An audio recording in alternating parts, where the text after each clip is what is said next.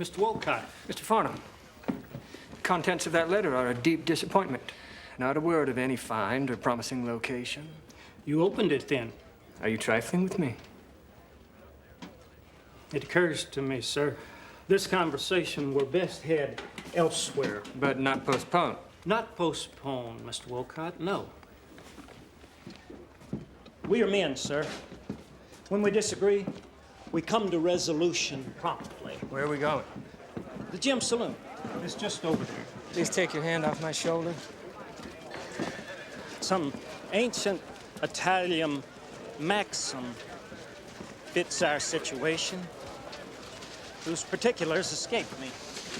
Is the gist that I'm shit out of luck? Did they speak that way then?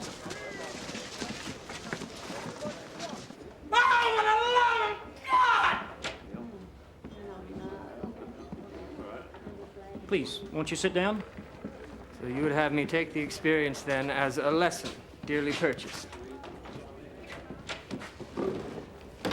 I should tell you, Mr. Wolcott, I have seen men in this very camp, feeling themselves victimized, seek redress in fashions I thought imprudent.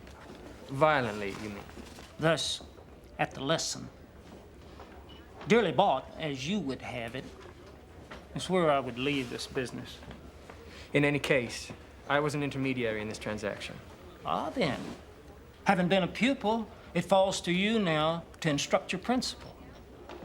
I wonder, Mr. Wolcott, if some second letter couldn't be drafted to put some sharper point on the lesson, maybe remunerative to both of us.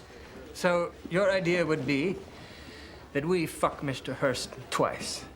I missed the name, sir, but I can aver as a general principle, my days of fucking anyone are long in the past, whomever you represent. George Hurst of the Ophir Find and the Comstock. Of course I know George Hurst.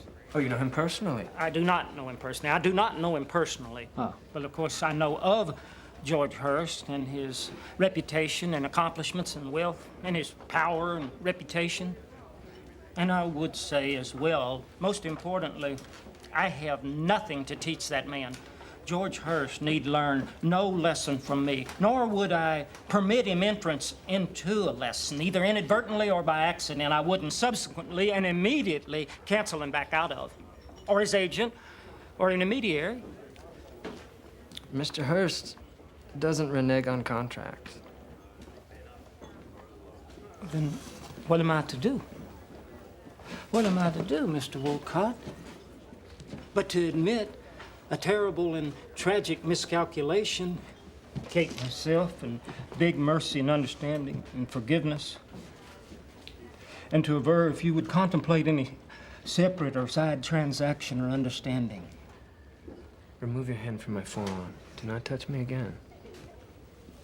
I look poor, but that is a cultivated pose and posture. I am not poor, and I am not stingy when fundamental interests are at stake. As a complete aside.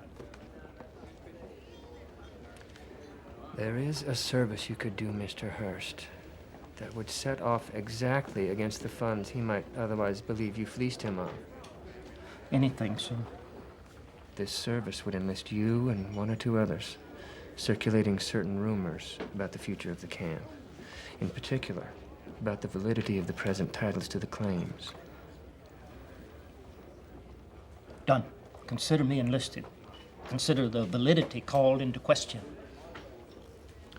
I also wish to know the location of your highest-end brothel. As it happens, a whorehouse succeeding to that title has just opened. Nothing just happened, Mr. Farnum.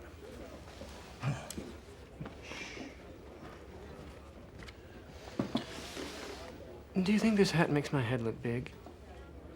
No, sir. It makes your head look the perfect size. Thank you.